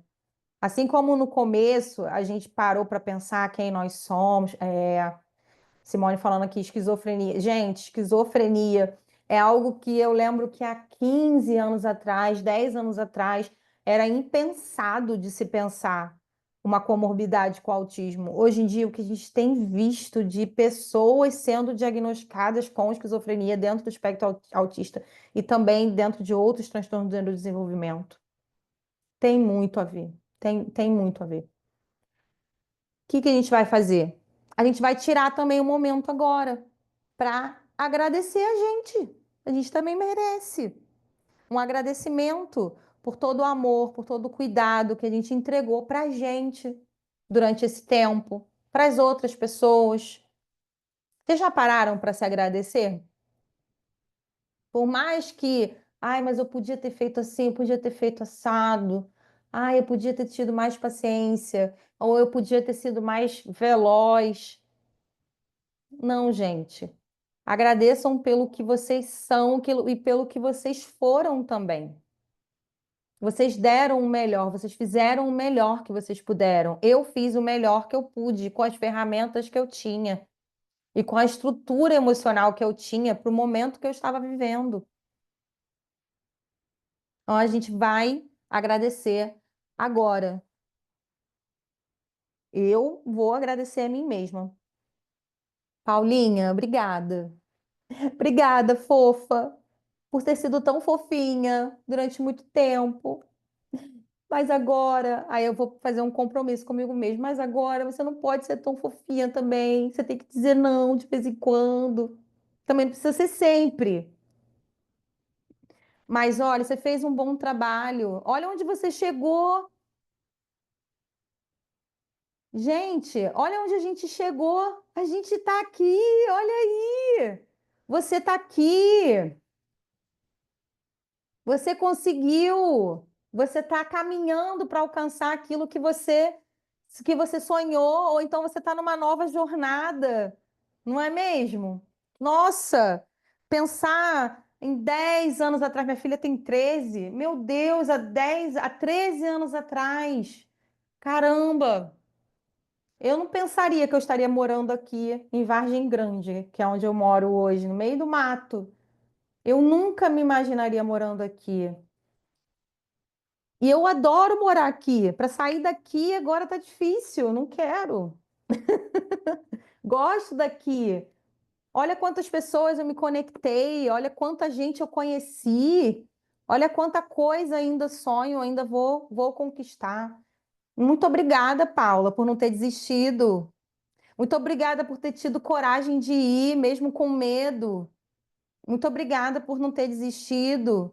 Muito obrigada por ter comprado a aula beneficente e ter vindo hoje, vocês. Muito obrigada, Paula, por ter dado essa aula hoje. Meu coração está quentinho. Confesso para vocês que durante muitos anos da minha vida, e muitas aulas, antes das aulas, eu estava passando mal. Mas assim, eu demorei até entender que o meu corpo guarda as marcas, então era a minha ansiedade, era o meu corpo querendo me proteger.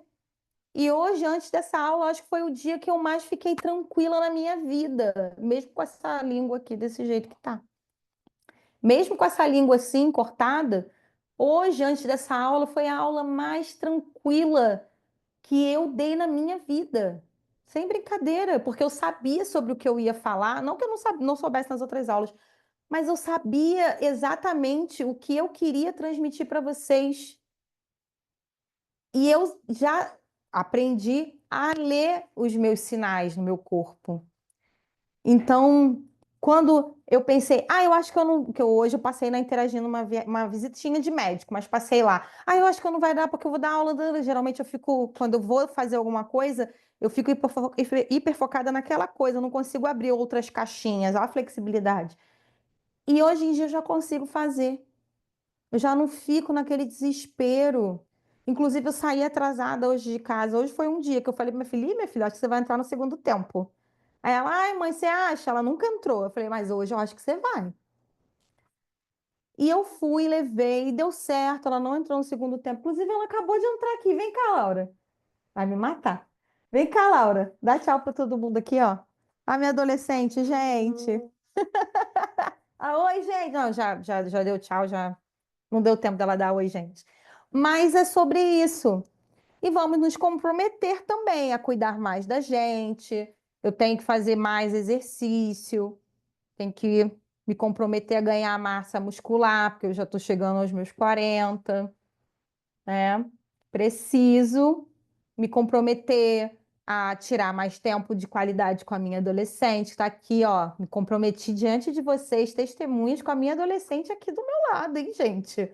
Olha que ela me cobra bonitinho, inclusive. E a gente precisa refletir o quanto que esse auto-amor, ele também é uma forma de amor ao próximo. Não tem como. A gente pensa às vezes, né? Não, mas eu tenho que trabalhar. Quantas vezes eu falei isso para Laura, gente? Ela saiu, mas é isso. Quantas vezes eu falei para ela, não, Laura, eu tenho que trabalhar porque a gente não quer viajar, a gente não quer fazer, a gente não quer isso, a gente não quer aquilo. E, gente, a grande realidade é que o auto-amor também é uma forma de amor ao próximo. Quantas vezes eu pensei que o que eu estava fazendo era por amar a Laura, ou amar a mim, ou os meus pais, ou pela causa, né? Tem muito isso, né? Eu sou muito disso, da missão, do propósito. Mas muitas das vezes a gente pausar, parar para se amar é o maior gesto de amor ao próximo que a gente pode ter.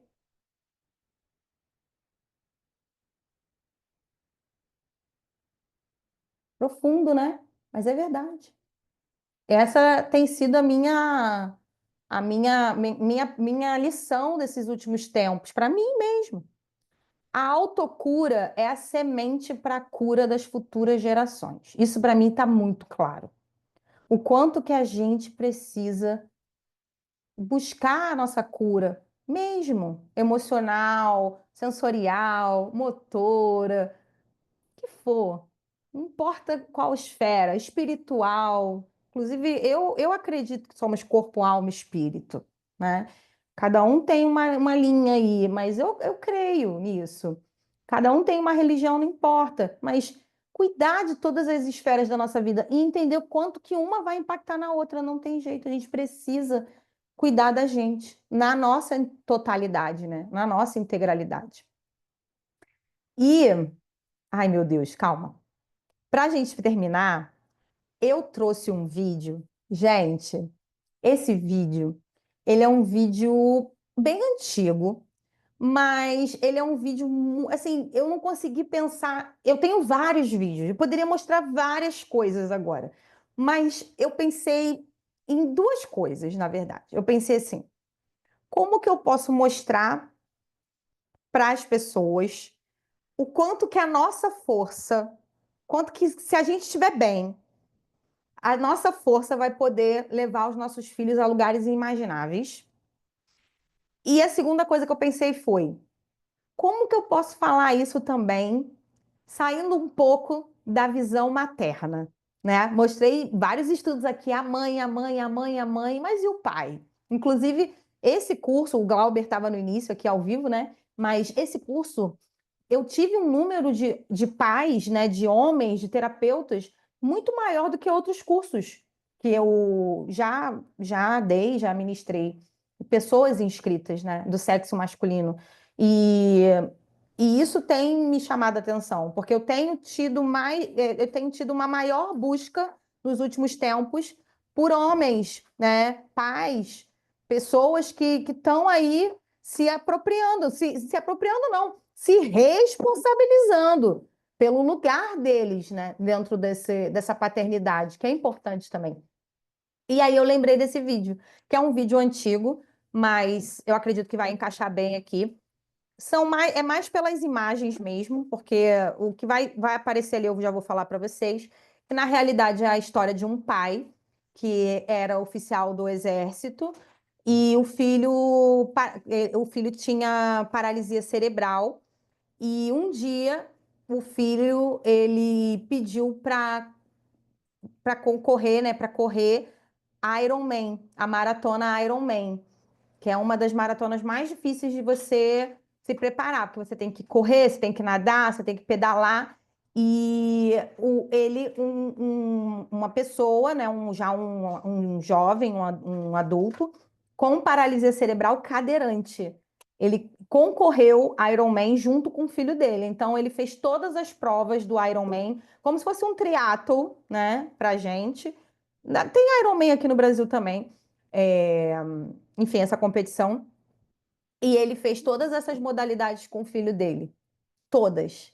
Então, assim, como que é importante a gente estar bem para poder proporcionar aquilo que os nossos filhos precisam, aquilo que os nossos pacientes precisam, e o quanto também que muitas das vezes esse vídeo que eu vou mostrar não conta a história detalhada, mas tem no YouTube. Depois eu posso também colocar os links lá para vocês reverem. No outro documentário, o pai dele fala que quando ele pediu pelo comunicador que ele queria correr a maratona, o próprio pai nunca tinha corrido uma maratona.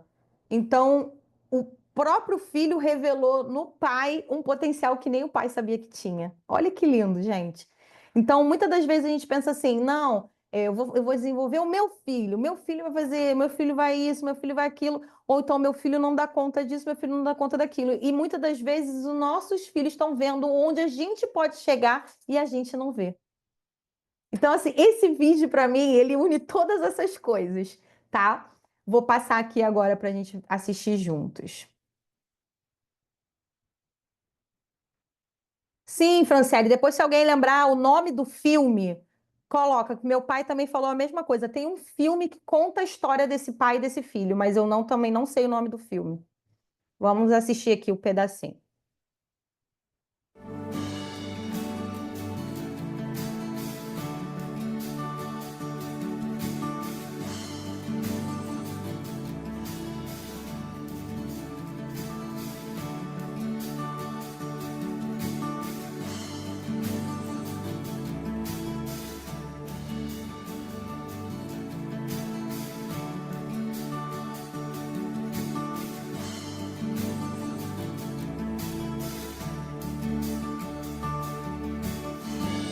Oh, for love, the Father gave. For only love can make a way. Oh, for love, the heavens cry. For love was crucified. Oh, how many times have I broken your heart? Still you forgive. If only I asked.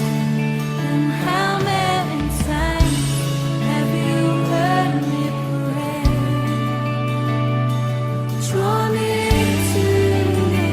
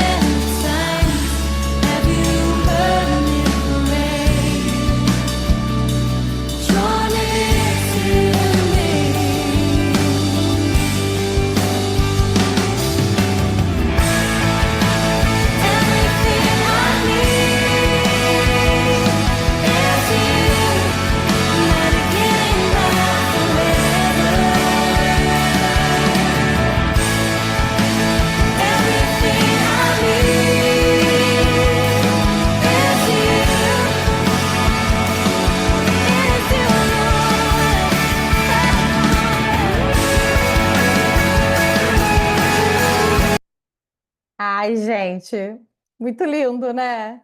Ele fez faculdade, eles correram várias maratonas. Vocês têm que assistir o pedacinho do Iron Man de documentário. Ele no comunicador, o pai correu atrás do computador. Isso assim, anos atrás, tá? Para ele poder se comunicar. Gente, incrível, fantástica a história. Eu não tive tempo assim de ler com calma. Eu sei que já a Fátima, agora eu vou precisar me regular para parar de chorar de tão lindo que é esse vídeo. Primeira vez que eu vi esse vídeo, eu soluçava de chorar. Mas é muito isso, né? É, inclusive, esse pai, ele. Eu não sei se foi ele que já faleceu, seu pai que faleceu, o filho que faleceu. Mas um dos dois já faleceu não tem muito tempo, inclusive, com 61 anos. Não sei se foi o filho. Deve ter sido o filho, porque eu acho que o pai ele já tinha até mais, né? No vídeo. Mas eles fizeram de tudo. Tudo o que o filho quis fazer, o pai fez com o filho. Ele quis correr a maratona, ele quis fazer faculdade e o pai fez junto com o filho. Incrível, incrível. Ai, muito fantástico, né? O quanto que. E aí, ai, eu perco até o rumo. É forte, Brasil. E aí, a palavra que eu tenho para finalizar é que nós estamos conectados. Nós estamos conectados. É regulados para regular, é comunicando para comunicar. Não tem como a gente querer comunicação sem se comunicar, não tem como a gente querer regulação sem se regular. Não tem como, nós estamos conectados o tempo todo, tempo todo conectados, né? E aí eu finalizo com essa frase inédita minha depois desse processo, que eu estou ainda numa jornada, mas depois desse processo de criação dessa aula também, e desse momento meu da vida, nossos filhos são espelhos vivos. Eles nos mostram as feridas que pedem cura e a força que esquecemos que temos. Basta nos permitir escutá-los. E assim eu finalizo o nosso momento de hoje. Olha, a Tainá viu aqui, ó, o nome do filme, Meu Pai, Meu Herói. Legal, eu vou assistir. Eu acho que eu nunca assisti esse filme. Fica aí a nossa dica cinéfila. Ainda teve uma dica cinéfila. Então é isso, gente. Muito obrigada pela participação de todos vocês. Como sempre, todas as minhas aulas eu falo isso, mas é muito verdade. Contem comigo para o que vocês precisarem. Pode me chamar no Instagram, pode me mandar e-mail, pode me chamar no WhatsApp, enfim, pode mandar um sinal de fumaça, o que vocês quiserem.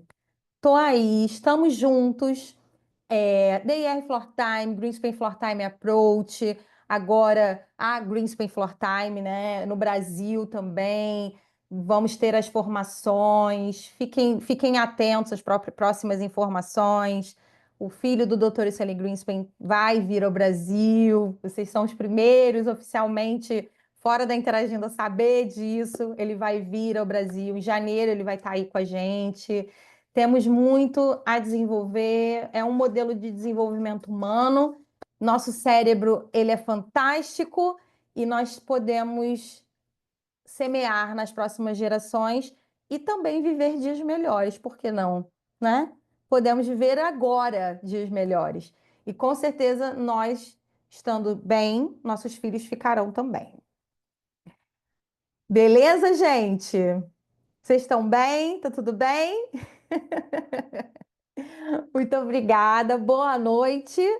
Qualquer dúvida, vocês podem também entrar em contato, o que vocês precisarem, e vou subir a outra aula de regulação e comportamentos desafiadores para vocês lá na plataforma. E todo mundo saindo regulado. Vambora! Beijo, gente! Boa noite! Até a próxima!